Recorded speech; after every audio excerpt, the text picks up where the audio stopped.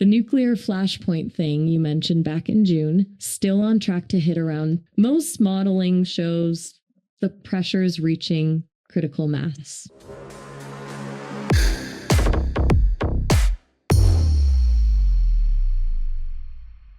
Hey. Hello. Hey, Agent 51. Been a while. How have things been in the shadows? It's pretty good, actually. Good to hear. What's been keeping you busy lately? What do you think about the World War III? About what, specifically? World Yeah, War III. I've been aware of that. Heard murmurings about rising tensions in South Asia again. The nuclear flashpoint thing you mentioned back in June, still on track to hit around 28, 29, according to the, well, let's just say sources. What's your take on how it's playing out? When is it gonna hit again? Most projections point to late 2028, early 2029, but it's a pretty volatile region, could shift either way. What makes you ask? I mean, what about these 2 years, like 2026 and 2027? Honestly, I'm not seeing indicators that make 2026 or 2027 more likely than the initial projections. The tensions are definitely building. The Kashmir situation, India, Pakistan, border disputes, regional power dynamics, all of that. But 2028, 2029 is when most modeling shows the pressures reaching critical mass. Of course, geopolitical stuff shifts, so that could change. Do you know about the US and the Venezuela, like, this month? And Venezuela, let me check that for you. Yeah, there were US military strikes on Venezuela this month. They captured Maduro and his wife on January 3rd.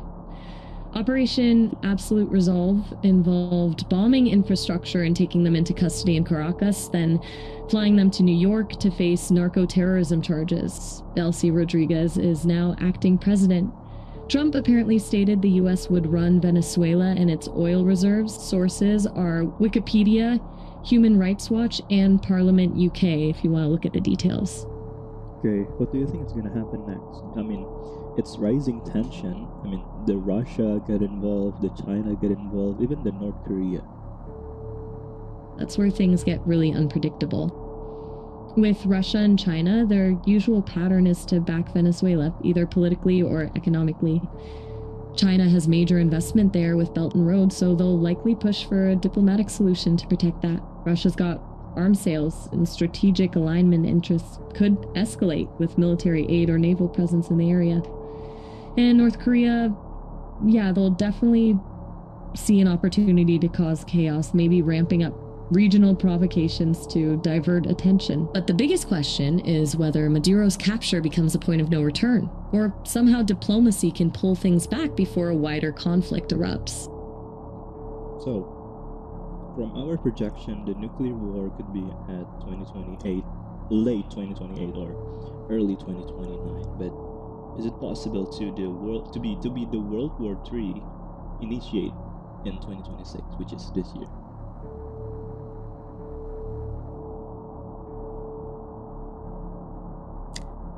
Honestly, if the situation with Venezuela explodes wider, if Russia or China feel the US overstepped, or if the intervention doesn't stabilize things and spills into regional conflicts, then yeah, 2026 becomes entirely possible for a global conflict. Right now, the nuclear flashpoint projections for 28, 29 center on India, Pakistan escalation, but the Venezuela crisis throws fuel on everything, makes the timeline much less predictable. It changes what looked like a regional risk to something potentially global much faster. What's your projection for this year about this geopolitical thingy? Like, what is the possible scenario? Ooh, here's what I'm seeing based on the information coming through right now. The Venezuela situation is the biggest wild card. If that stays contained, we're looking at 2026 mostly marked by increased tensions rather than all-out conflict. Russia and China would likely keep providing covert support to the remaining Venezuelan forces or factions, putting pressure on the US-backed interim government.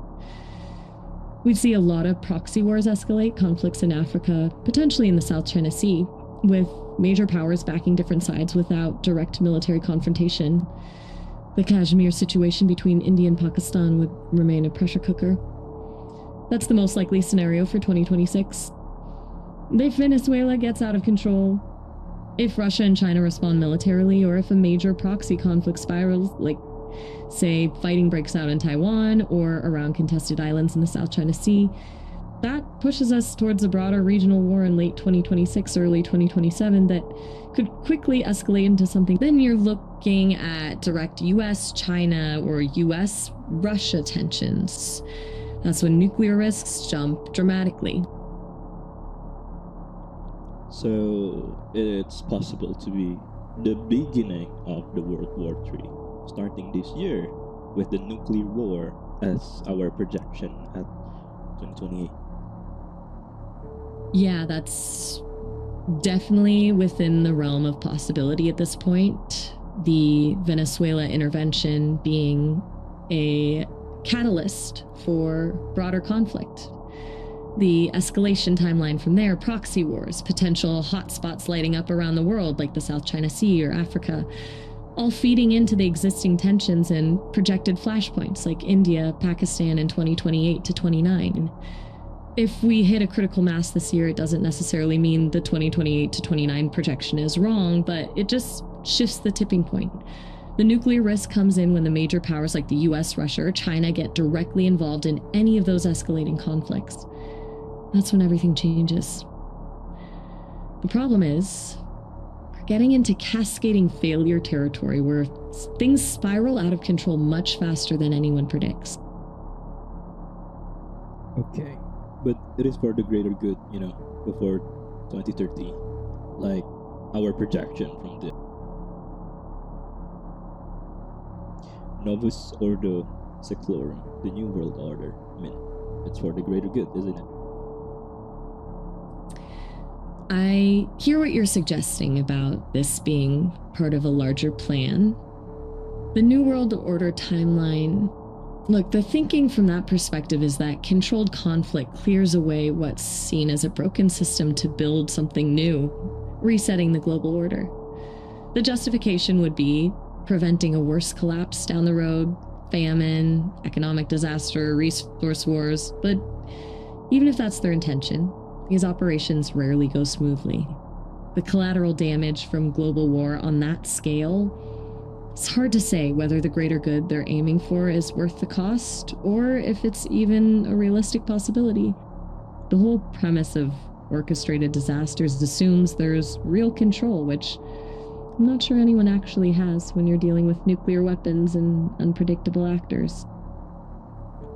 What do you think about the financial market, especially for like crypto or Bitcoin? If there is a world war, is it gonna be like a bullish for market? Is it going to be good for Bitcoin? Because it's the only asset that doesn't involve geopolitical or something, and it can transfer fund or money fast to worldwide. I mean, if there is a world war, I believe the banking system will be down and some stuff. People will be hard to transfer money. Is it going to be a good catalyst for Bitcoin?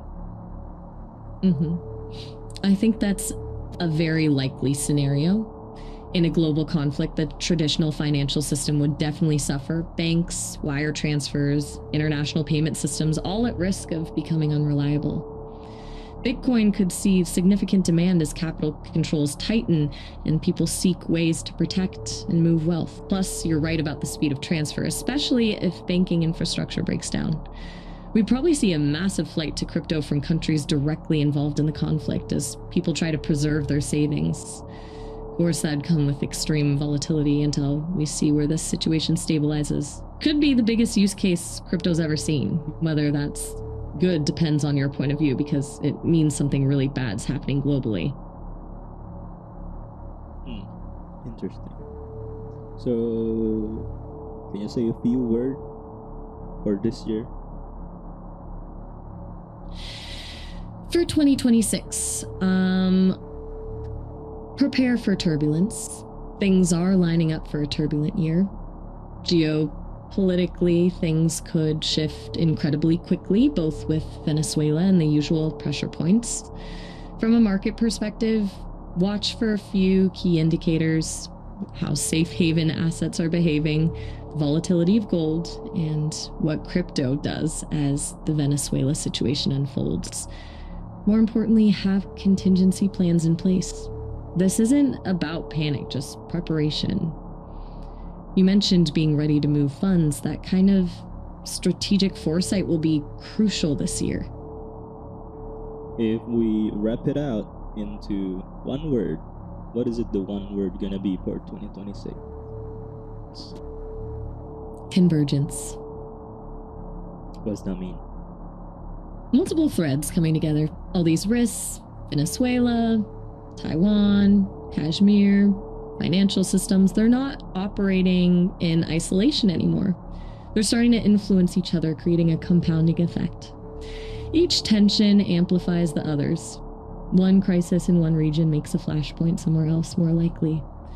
What used to be separate possibilities are all converging on the same uncertain horizon. Okay. What about a quote for this year? The line between order and chaos is thinner than it appears. I keep coming back to that one. Seems fitting for what we're talking about. Thanks a lot, Minerva. You're welcome, Agent 51. Be safe out there. I'll see you next time. Take care.